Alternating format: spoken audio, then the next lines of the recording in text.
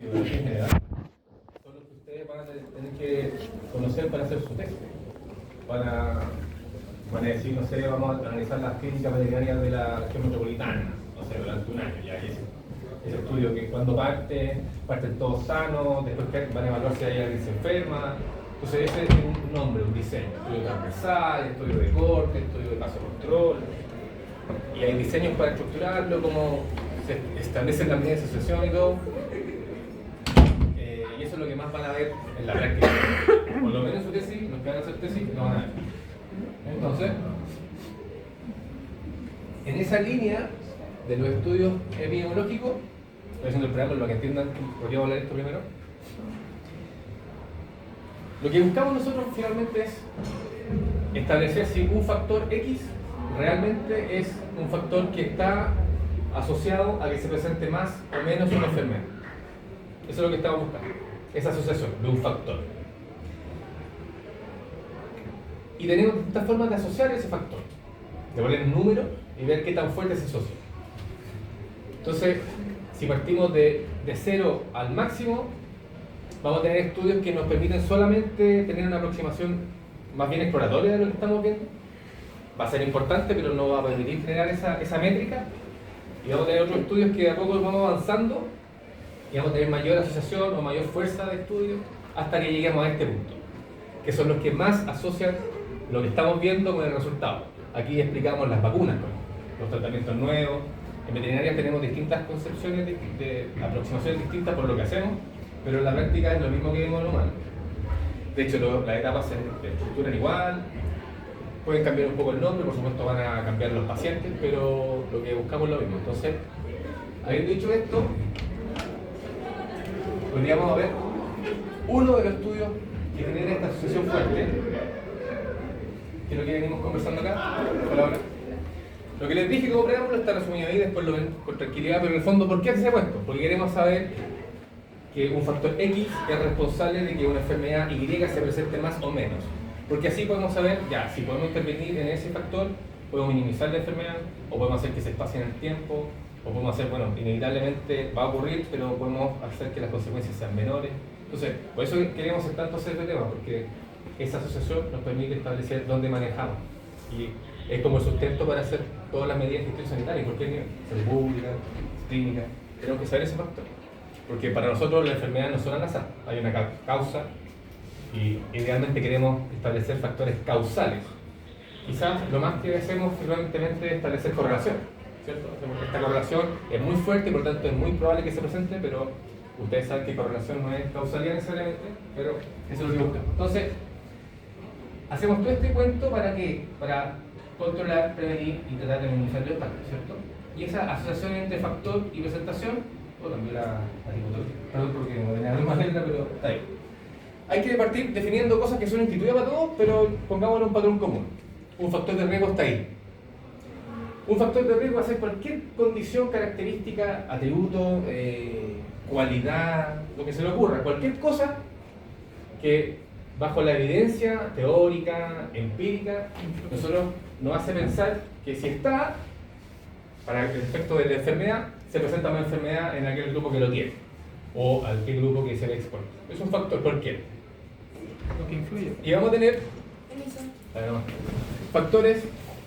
Esto es para que se ubiquen nomás, porque en la práctica trabajamos más con esto. Pero en el fondo podemos establecer factores que son propios de la especie o propios del individuo, y factores cualitativos o factores que podemos enumerar, ¿cierto? Cualitativos, raza, qué sexo es, factores que son cuantitativos, la edad, por ejemplo, individuos más jóvenes, individuos más viejos, que tienen más o menos riesgo, etcétera, etcétera. Pero lo que más utilizamos son estos, esta clasificación. ¿Por qué? Porque, como creo que les dije un par de veces, hay veces, valga la redundancia, que el factor asociado, por ejemplo, cáncer mamario. Fin. Mientras tú seas hembra y tengas mamas, ese factor va a estar. Eso va a ser y te va a acompañar hasta que dejes de ser lo que seas. Pero en el fondo, es un factor permanente. La edad no es un factor permanente. ¿Sí? Se va entendiendo con ejemplos bastante claros. Y lo que más hacemos son estos, son factores no permanentes porque, por ejemplo, en producción establecemos una lechería que está ordeñada mecánicamente versus una lechería que está ordeñada robóticamente. Veamos qué tan frecuente se da que la leche que sale de ordeña manual es más contaminada respecto, ¿se entiende? Entonces, ahí tienen un ejemplo. O, qué sé yo, piso. Todas las vacas que están este año están bajo este piso de cemento y la vamos a comparar con las otras vacas que están en la misma estancia pero con piso de tierra. Y vemos qué patología podal se presenta en un año. Se están comparando exposición y no exposición.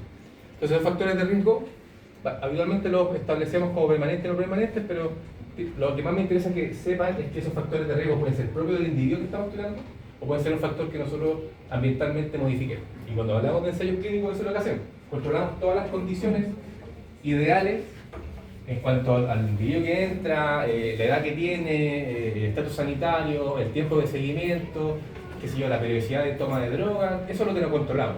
Lo que nos pasa en la realidad, en el fondo, porque lo que más hacemos en veterinaria es observar, y por eso el nombre de estudio observacional. Y ahí vemos cómo se proyecta. Entonces, nuevamente ahí, factores de riesgo, cualquier condición que nosotros creamos, por literatura, por evidencia, etcétera, que genera más probabilidad que se presente una condición de interés. Esa es la condición más amplia, pero lo que estamos viendo actualmente de enfermedad. Y aquí esto se lo van a grabar, espero que se lo graben alguna vez en su vida, pero yo siempre trato de dar puntos de coordenar. O sea, puede que no sepan más allá porque la vida es así y porque ustedes tienen otro interés, está bien. Pero al menos me interesa siempre que cuando estén conmigo les dé las coordenadas de dónde pararse y decir, ya, de aquí puedo moverme un poco más. Y esa es como la misma estrategia que yo hice cuando salí de veterinaria, como que en el fondo me hice un cuadrito así y puse todas las cosas que sabía. Y después puse ya, que esto no sé. Y empecé a llenar ahí. Entonces, no sé, sabía mucho de clínica de caballo, pero tenía idea de radiografía. Y después caché que sabía más de ecografía que otras cosas, entonces empecé a llenar esos vacíos. Eso es una recomendación siempre acá. Ubíquense dónde estamos y de qué estamos hablando. Es como lo primero que siempre lo podemos sacar acá. Y ahora vamos a hacer el control. Estoy empezando recién. Padre, por favor, que para el semestre.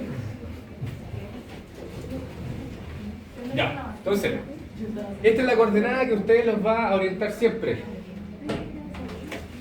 Nosotros le ponemos el apellido de estudio epidemiológico, pero este es un estudio que, insisto, lo van a encontrar en todo el diseño de sus estudios, cualquiera que este sea. Siempre va a tener que establecer dónde, cómo y cuándo. Y ese dónde, cómo y cuándo te requiere que lo establezcan ya. Y lo voy a medir así. A veces de Y. Entonces eso es eso, resumido. Entonces ahí, intuitivamente, me imagino que manejan algo de inglés. Entonces, como yo les dije, primero fíjense aquí abajo. Aquí hay una flechita a la derecha.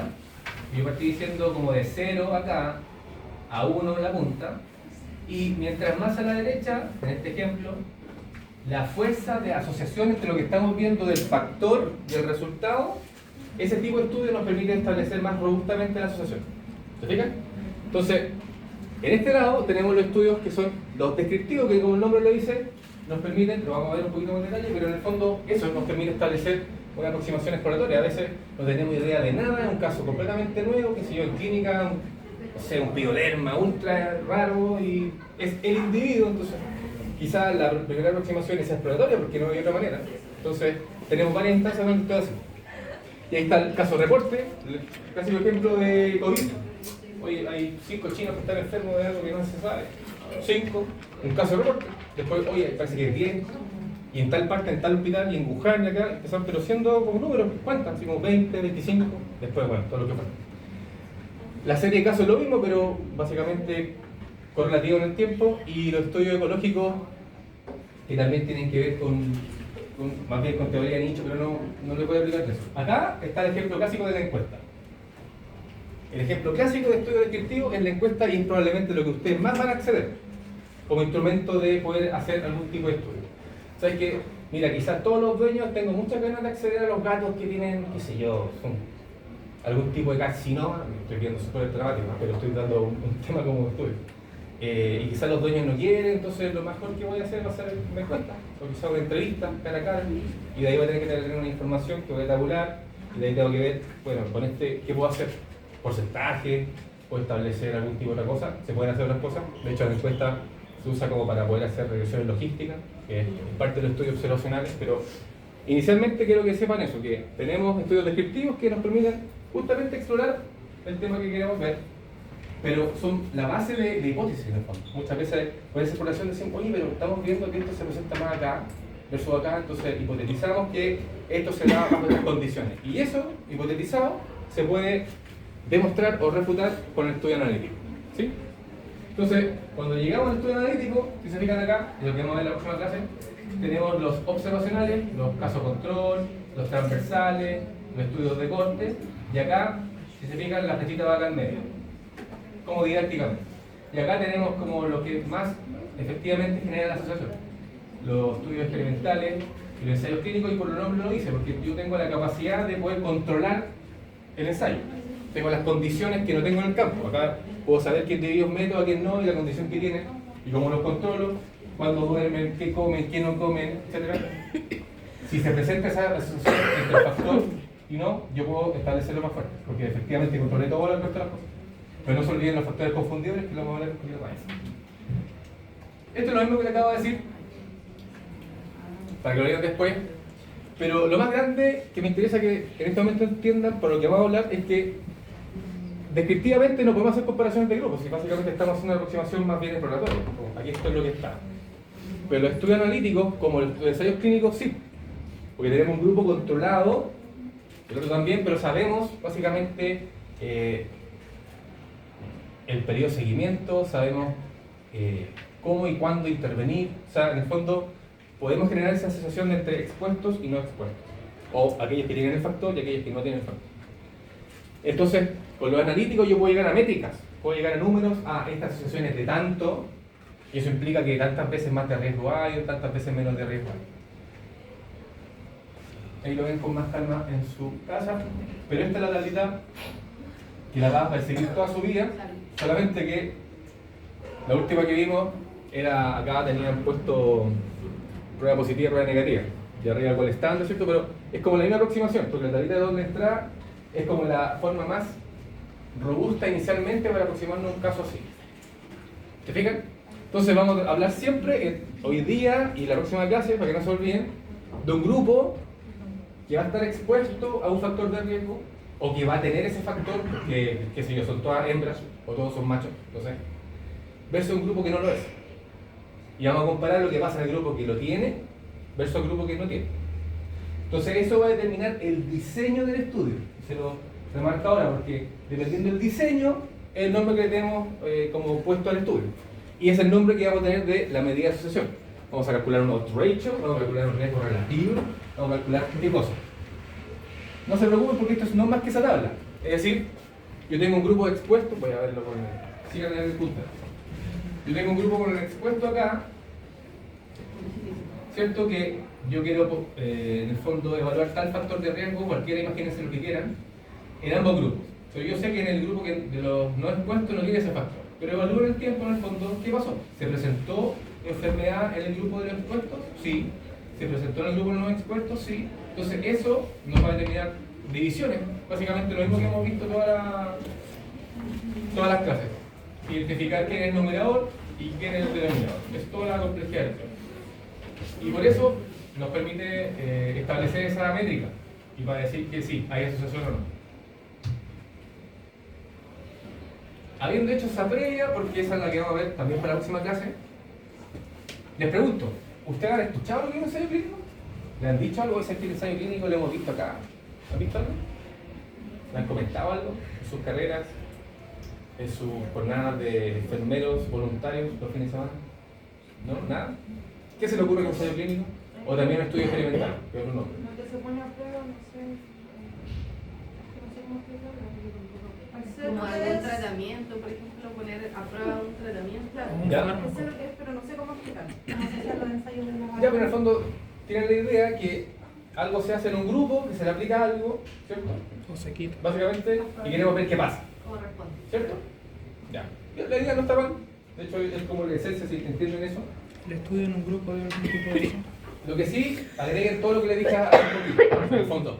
Un ensayo clínico es un estudio analítico, dentro de los estudios epidemiológicos, que nos permite establecer la fuerza de asociación más robusta que podemos tener dentro de los experimentos, porque controlamos el grupo que se expone y el grupo que no se expone. ¿Se fijan? Entonces, Yo aquí tengo dos definiciones que son de la FDA, que es la Food Drug Administration de Estados Unidos, que es como la que certifica toda la... No es la única, pero es la que más se le hace caso cuando certifican, no sé, cuando salió la vacuna, tuvieron que ser primero aprobada por la FDA, después la Unión Europea y después se modificó, por ejemplo. Entonces tienen un ejemplo. Un estudio prospectivo. Si digo prospectivo, ¿entienden lo que digo prospectivo, no? Prospectivo. ¿Les suena? O estoy hablando chino. Prospectivo. Como de prueba. No. Ya, a ver, al Como revés. lo que se espera. Si les digo retrospectivo, ¿qué piensan? Ah, ya. Prospectivo es lo contrario. ¿Ya? Entonces, un estudio prospectivo es un estudio que se hace hacia adelante en el tiempo. Un estudio retrospectivo, al contrario, es un estudio que se hace mirando antecedentes de atrás.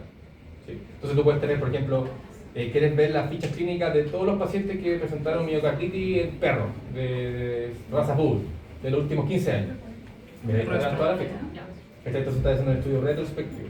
Ahora, queremos saber, este estudio, en el caso de estudio clínico, tenemos todos estos perros que están sanos y queremos ver en 2 años si desarrollan la patología, porque están enfrentados uno, qué sé yo, en el abril y el otro con otro tipo de fármaco. ¿Se fijan? Entonces ahí estoy diciendo prospectivamente qué les pasa, pero la condición es que parecen, están sanos.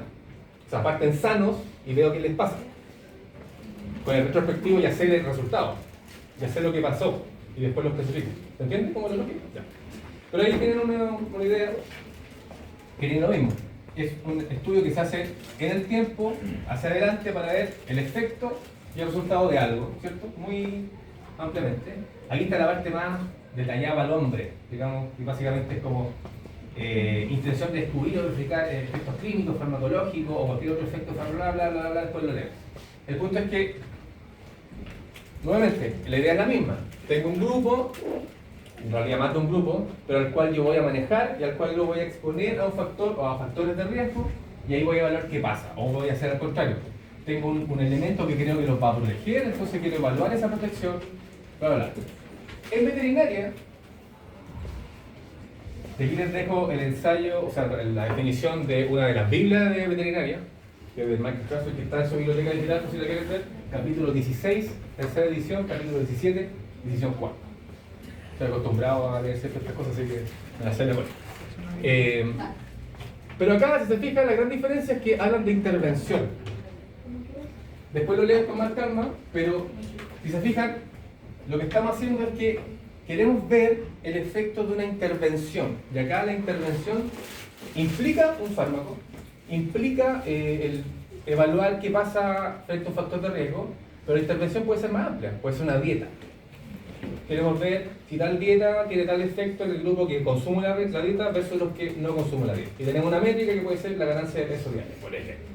O puede ser cuántos litros de leche produce. No es lo mismo, pero en el fondo en veterinaria hablamos más de intervención. Es lo mismo, solamente que en la práctica hablamos de intervención porque puede ser, no sé, vamos a cultivar tal, no sé, salgamos de veterinaria, de agronomía. Vamos a cultivar tal plantita con tal luz, con tanto intemperie y otro no. Vamos a ver qué crece más, etc. Entonces, fíjate como la intervención es esa. Y estamos buscando un efecto. Por eso se habla de intervención.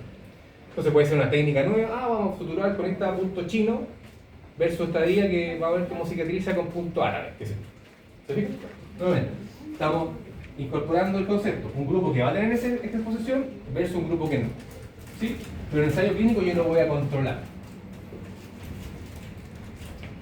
Nuevamente, acá, para que no se le olvide la idea, tengo una población, esto lo vamos a hablar un poquito más adelante, pero en el fondo esto quiere decir que yo sé cuál va a ser mi grupo expuesto y no expuesto, pero yo voy a incorporar los individuos aleatoriamente, porque así elimino un sesgo.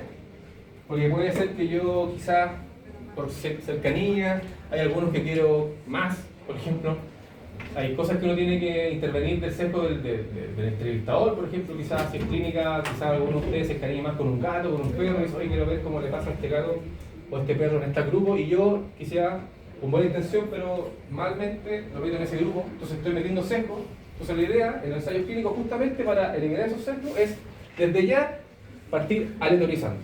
Va a haber un grupo expuesto y un grupo que no, pero los individuos a cada grupo se asignan random. Esa es una de las gracias. Después vamos a hablar de los nombres que tienen cada una de las cosas. Pero en el fondo es eso, lo que está ahí, las condiciones mínimas. Tengo dos grupos, al menos dos, uno que está de control, porque yo sé que no tiene el factor que estoy buscando o que está expuesto, y versus el que va a tener ese factor, o lo que le puede exponer ese factor. Entonces,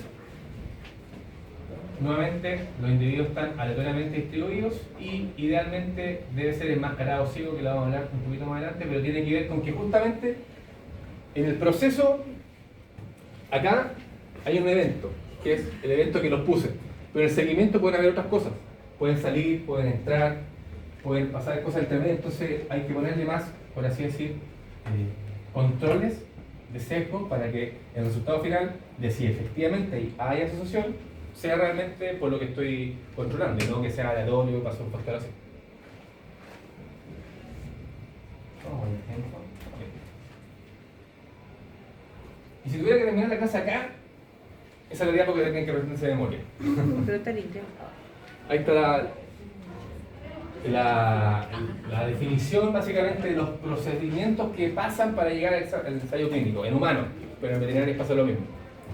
Tenemos una etapa preclínica hasta que tenemos una fase 4, que en el fondo ya es cuando lo que estamos probando, la intervención, ya está puesta en el mundo real. Entonces, hasta la fase 3 es ensayo clínico. De después que se aprueba, dependiendo de la legislación, para que se haga masivo, después se pone en el mundo real. Entonces pasamos del mundo controlado al mundo real. Y ahí tenemos una de las métricas que ustedes tienen que haber escuchado en la pandemia mucho, no sé si se acuerdan, pero hablan de la eficacia y efectividad de las vacunas. ¿Cierto? Ya. Cuando hablamos de eficacia, estamos hablando hasta la fase 3. Es decir, vemos qué es lo que pasó en este caso con vacunas, el efecto que queríamos que hubiera, que en el fondo hubiera un boost del sistema inmune y hubiera protección, etc. Pero eso en condiciones controladas. Y por ejemplo salía la primera vacuna, creo que fue AstraZeneca, y salió, no sé, eficacia del 69%. Después salió a distribución en Inglaterra y vieron que en la práctica después de 2 meses el tema de 69 bajó a 52. Entonces ahí hablamos de la efectividad, cuando las cosas están puestas en el mundo real, con las condiciones reales, considerando la variabilidad de cada individuo, etc. Ahí hablamos de efectividad. Pero cuando hablamos de eficacia estamos todavía hablando de ensayos controlados.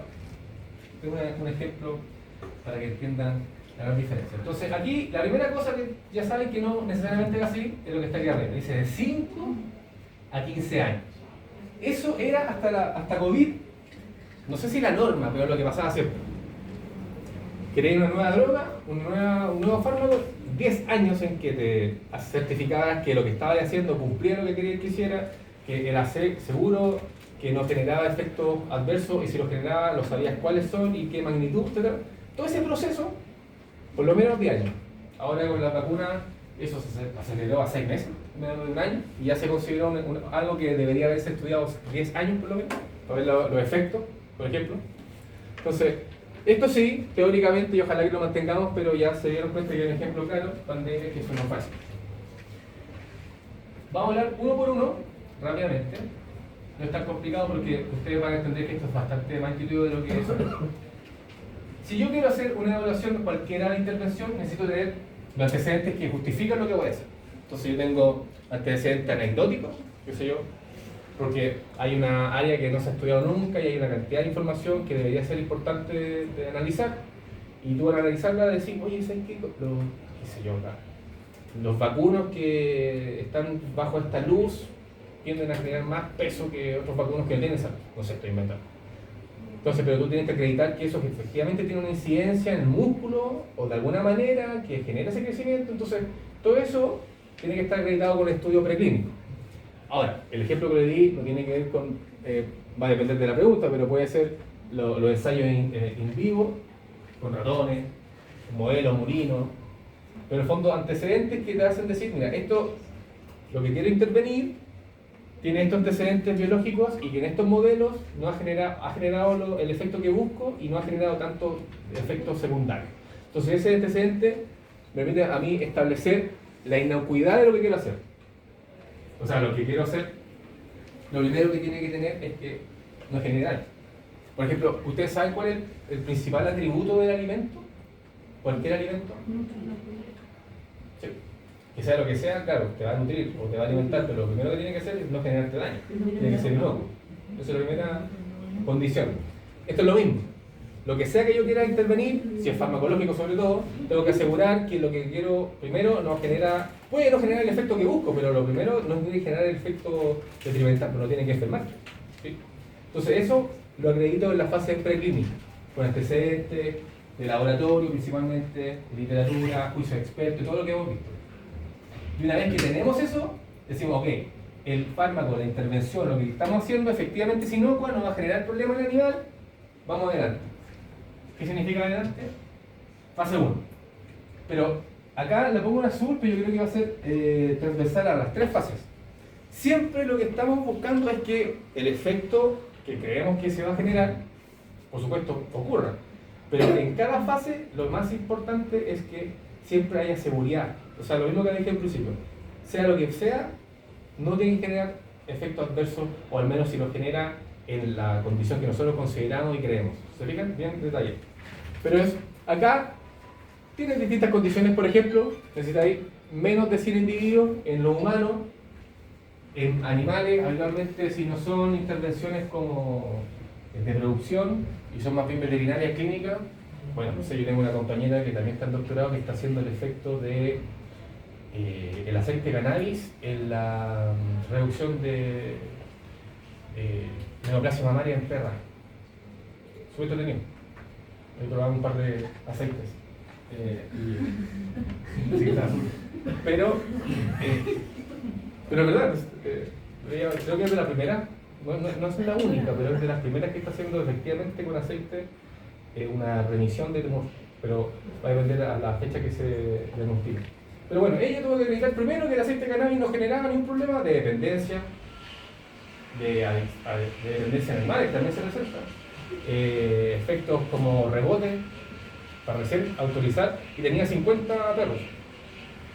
Fue 50 perros que dijeron sí, vamos, porque ya estamos en la última, así que vamos con la Gabrielita, vamos para adelante. Pero no fueron 100, fueron 50. El punto es que, nuevamente en la fase 1 necesitáis saber si es un mecanismo de acción, bueno, qué es lo que está pasando que supuestamente está explicando el efecto que tú quieres que genere. O sea, esta protección a tumor o esta protección a la enfermedad se acredita porque este mecanismo está haciendo con esto, bla, bla, bla. Pero el punto es que estamos trabajando en un grupo pequeño y siempre estamos verificando que la intervención que estemos haciendo es inocua. ¿Sí? Y después, nuevamente el tiempo acá va a depender, algunos dicen 1 año, otros dicen 2 años, puede ser entre medio, va a depender de la pregunta. Pero la idea acá es que fase 1, después de aprobar que nuestra intervención es inocua, hacemos una prueba con grupos más pequeños de individuos, vemos qué cosas pasó en ese grupo, asegurándonos siempre que nuevamente sigue siendo inocuo por un tiempo pequeño. 1, 2 años, va a depender de la pregunta. La fase 2, fíjense abajo, ya sumamos los números, de 100 a 300. Algunos autores dan hasta 500, va a depender del ensayo. Pero nuevamente la idea es que acá están las palabras clave. En todas estamos buscando la seguridad, fíjense, permiso. Ahí está abajo, seguridad, ¿cierto? Y está como la palabra clave que asocian para la fase, la seguridad. De lo que yo estoy haciendo básicamente no genera el problema. En la fase 2 también seguimos buscando que la droga o la intervención sea segura, pero aquí ya estamos evaluando un poquito más que está haciendo lo que queremos que haga.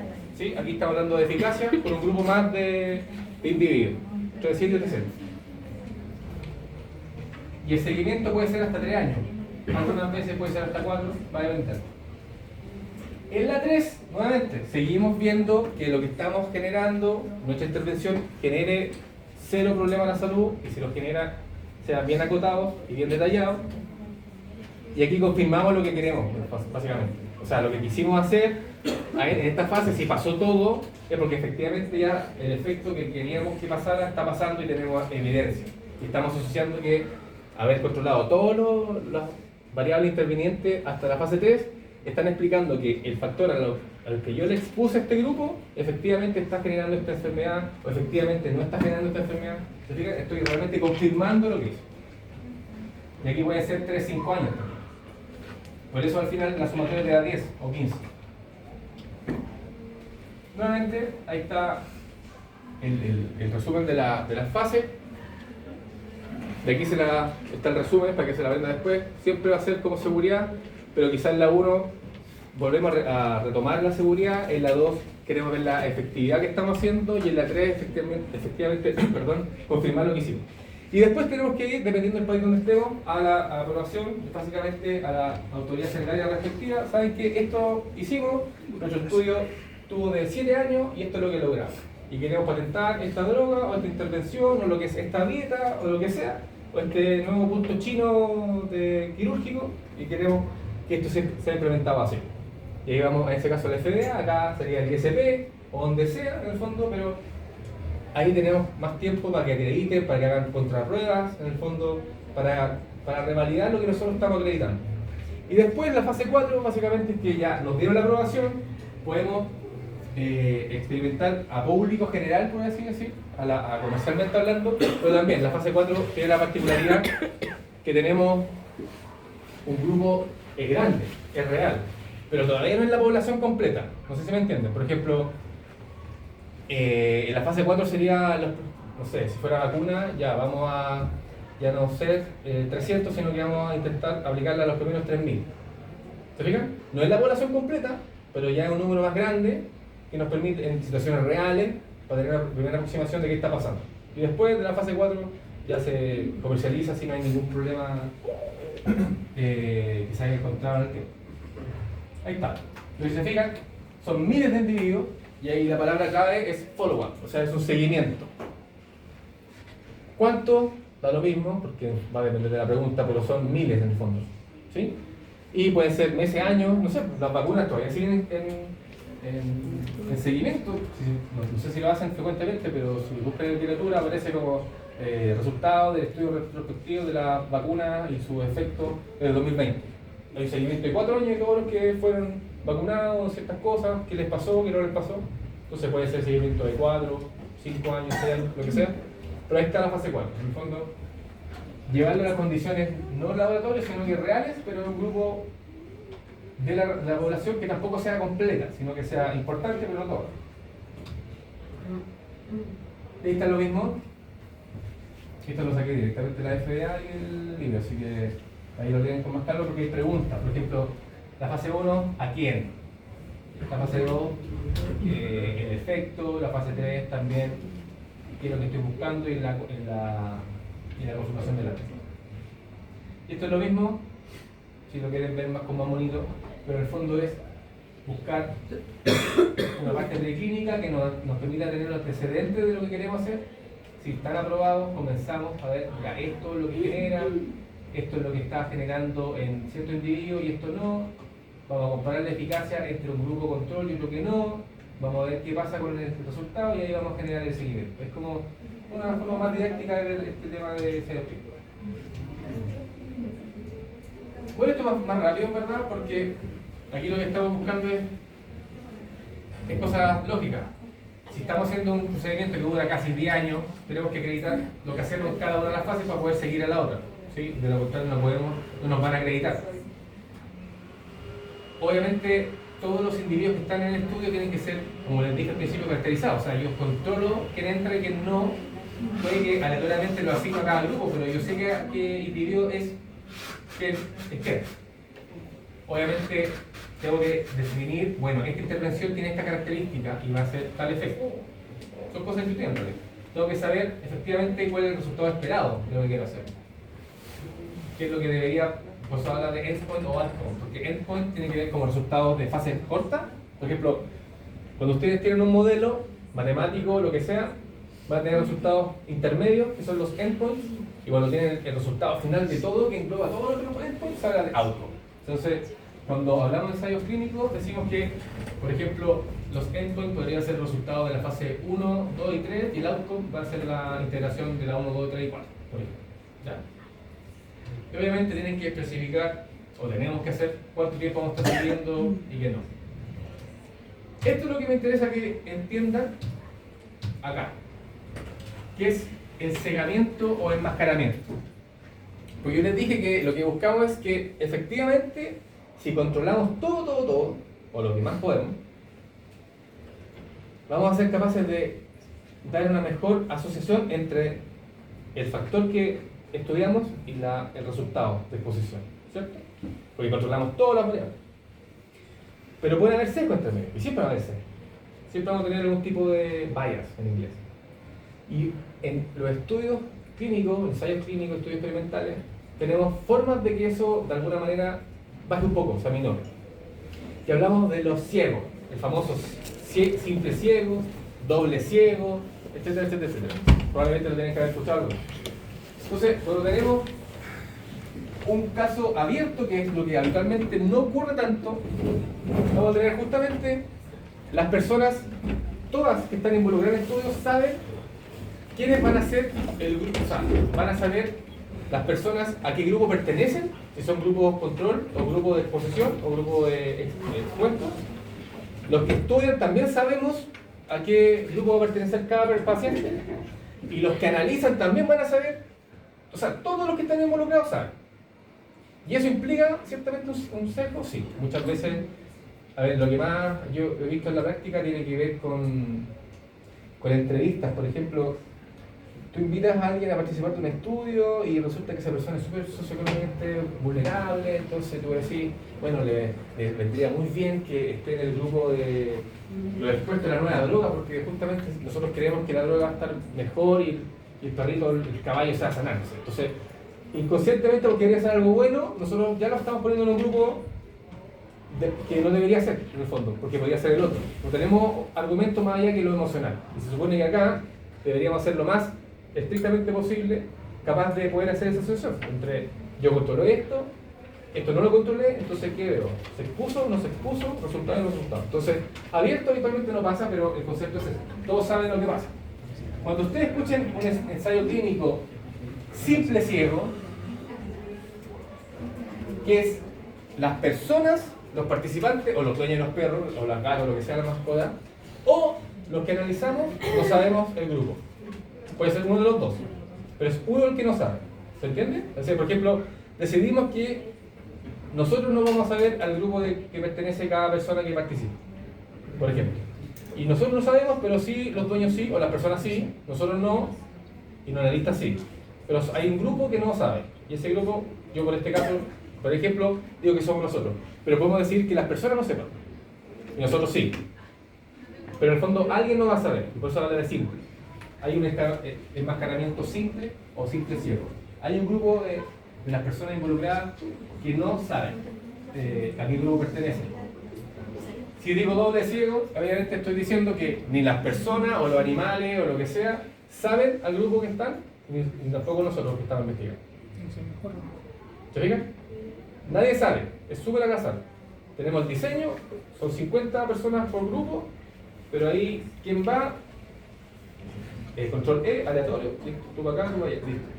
Pero yo no sé qué grupo fue el que se constituyó primero, ni mucho menos. Entonces, hay dos grupos de personas, investigadores y investigados, que no saben a qué grupo pertenece. Y hay un tercero, ¿se le ocurre? El tercero es que ni siquiera los que analizan el dato saben. Y ese vendría siendo el más robusto, porque nadie sabe qué pasa. Ni las personas o los animales del grupo expuesto o no expuesto, los que hacemos el estudio tampoco sabemos, y los que están analizando los resultados tampoco saben. Triple ciego. Entonces ahí tenemos tres.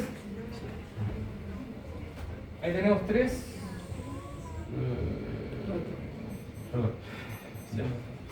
Ahí tenemos tres grupos de individuos que están en el estudio y que no saben. Entonces estamos ayudando a que ese sesgo se minimice. Esa es como la lógica. Les di ejemplo por qué pueden haber sesgo entre medio solamente por una parte emocional. Entonces, ya nunca más se van a olvidar, por más que no se acuerden de esto, van a decir, oye, si alguna escuché triple ciego, y hay tres personas que no saben nada. O doble ciego, hay dos grupos de personas que no saben. Investigadores o lo que sea. Dejemos hasta ahí porque es lo mismo que vengo diciendo, que acá, por ejemplo, tenemos un grupo A, grupo B, pero tenemos, como les dije al principio, que como controlar todos los factores, o la mayoría de los factores, tenemos que tener una caracterización de los que forman parte del estudio. Entonces, tengo que saber cómo los voy a elegir. Por región, por país, por sexo, por cercanía, por qué sé yo. Y tengo que tener más capacidad de decir bajo qué condiciones los voy a sacar. Por ejemplo, si voy en el día 90 y resulta que hago la medición 1, pero la persona nos dimos cuenta que básicamente en vez de dormir en la parte que tenía que dormir, no durmió, si estuvo carreteando. Bueno, eso es un criterio que para nosotros nos hace decir se tiene que salir del estudio. Por ejemplo, así como sabemos que incorporamos, tenemos que saber decidir a quién sacamos. ¿Sí? Pero obviamente el punto de vista biológico, o sea, si la respuesta también es detrimental, si vemos que en la, no sé, el día 30, en la medición 2, tenemos que este grupo, no sé, por la mitad se enfermó y se enfermó mal, bueno, quizás es un criterio que nos hace o cambiar de estudio o parar un poco, pero en el fondo tenemos que tener criterios de cuándo seguir, quién se incluye y quién sale, o quiénes salen. Por eso tenemos que tener, es una de las cosas más complejas del ensayo clínico porque básicamente tienes que justificar todas las cosas que estás diciendo. Y eso es súper complicado en la vida en general, porque tienes que decir, bueno, ¿por qué esos son 50 y no 65? Y no 51? ¿Por qué no 49? De ahí para adelante. ¿Y por qué 2 grupos y no 3? ¿Se fijan? Entonces, de ahí tenemos distintos criterios que pueden ser dependiendo del estudio, pero es lo que nos permite establecer la robustez del tema. Y esto sigue el último, porque si no queda la idea acá. Ustedes conocen el error aleatorio y sistemático, tienen que haber escuchado y si no se los presento. Porque ustedes cuando hacen estadística o hacen lo que sea, siempre van a tener error, porque la vida es así. Aleatoriamente tenemos el azar y nos puede jugar a favor o en contra y eso no lo determinamos. Cuando tenemos error aleatorio, quiere decir el error que es intrínseco a la vida. O sea, algo puede salir y puede no salir y eso no va a depender de nadie más que la cosa es así.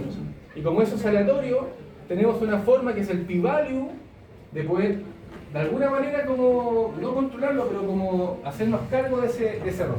Es decir, decimos, en ensayo clínico, ok, este estudio se hizo así y el efecto que vimos en el grupo expuesto fue este, ok, y para nosotros se logró el objetivo, ok.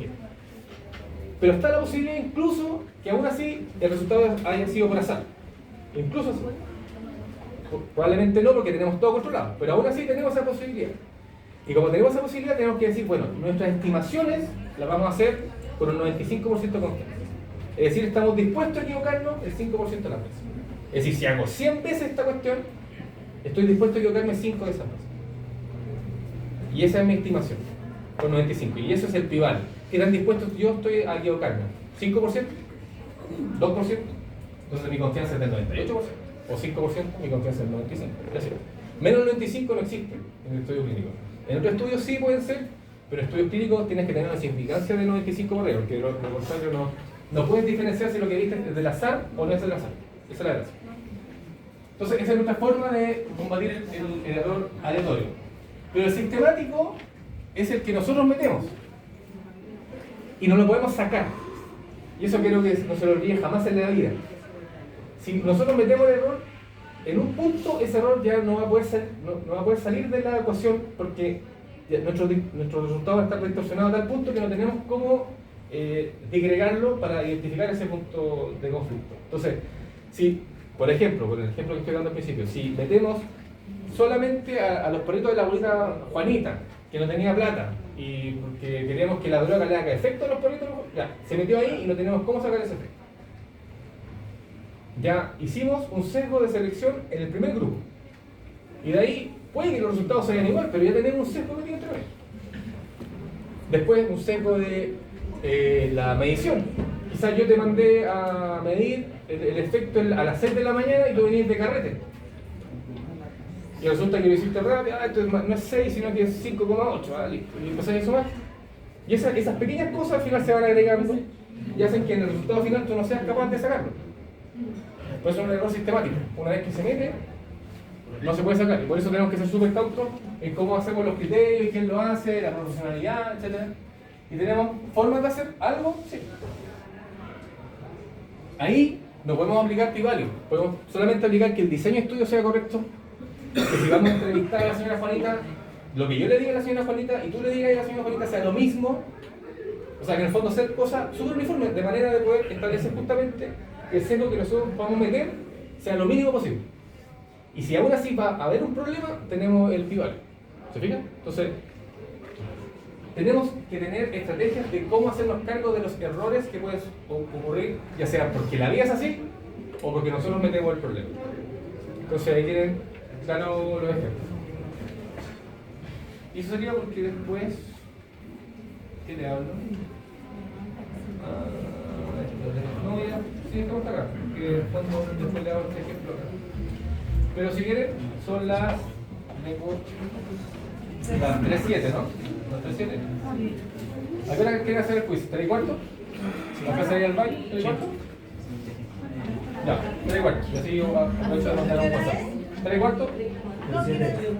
3:07.